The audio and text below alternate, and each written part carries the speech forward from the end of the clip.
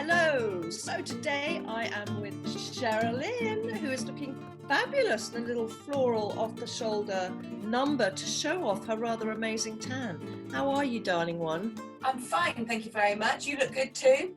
Oh, not sure about that, but thank you. I'll take it. I'll take anything right now.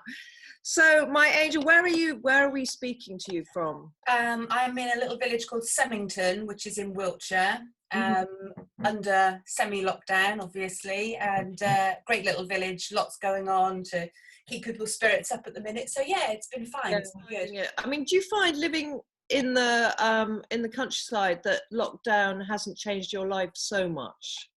Definitely, because we're always living within a few hundred people, so there's never that congestion that we see elsewhere in the country. And so we know most of the people in the village, so when we do our daily exercise we just see the same people really, and have the same conversations, just a little bit further apart. Yeah. And there's a canal and everything, so it's it keeps us sane, I think. So we're very lucky. Very lucky, yeah. No, I agree. I'm the same. Living in Sussex, I find it, apart from having all the kids here and being forced into 24-hour domestic servitude, nothing's changed at all. But let's get to your, it's not really a wardrobe malfunction, but it's the most charming and rather incredible story which happened, was it at Wembley of all places? Wembley, yeah, five years ago. So tell me what happened. So my son, who's now 15, is a huge Newcastle fan, but his second team is a local team, Bristol Rovers, and Bristol Rovers got into the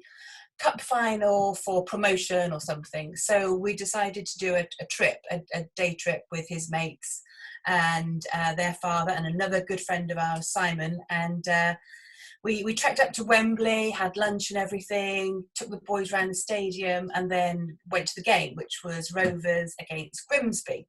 And it all started off fine, really exciting, lots of colour and atmosphere, and then Grimsby took the lead, which was bad news. We were all a bit miserable. Oh no. I know. And then so we were cheering for Rovers, cheering, and then eventually they got a goal back, and our part of the stadium went crazy. All the Rovers fans went absolutely crazy. So we're jumping up and down and we're hugging and just, this is it. This is the fight back we needed. And then we all settled down to get on and watch the rest of the match. And the guy next to me, who I didn't know, said, I'm so sorry. I'm sorry about that. And I said, it's fine.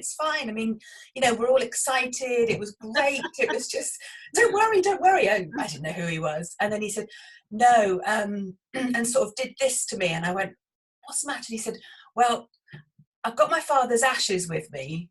And then I knew what had happened. And he said, in the excitement, I decided to throw the ashes because his father was a Rovers fan. And where did they land? The wind took them and down my chin and down the front of my top. And I could see them down the front of my top, this kind of grey, ashy, kind of dusty. Yeah. And I went, oh, that's okay. Because I felt it was a nice thing for him to do, just not so nice that it landed on me, really. But what can you do? It was there. What could you do, really? Yeah. So then I had to live the rest of that day with a bit of grey, ashy. This gentleman scattered all over you. Yeah. Oh my God, that is tremendous. I mean, what a thing to happen. You couldn't make that up, could you? No, this is it.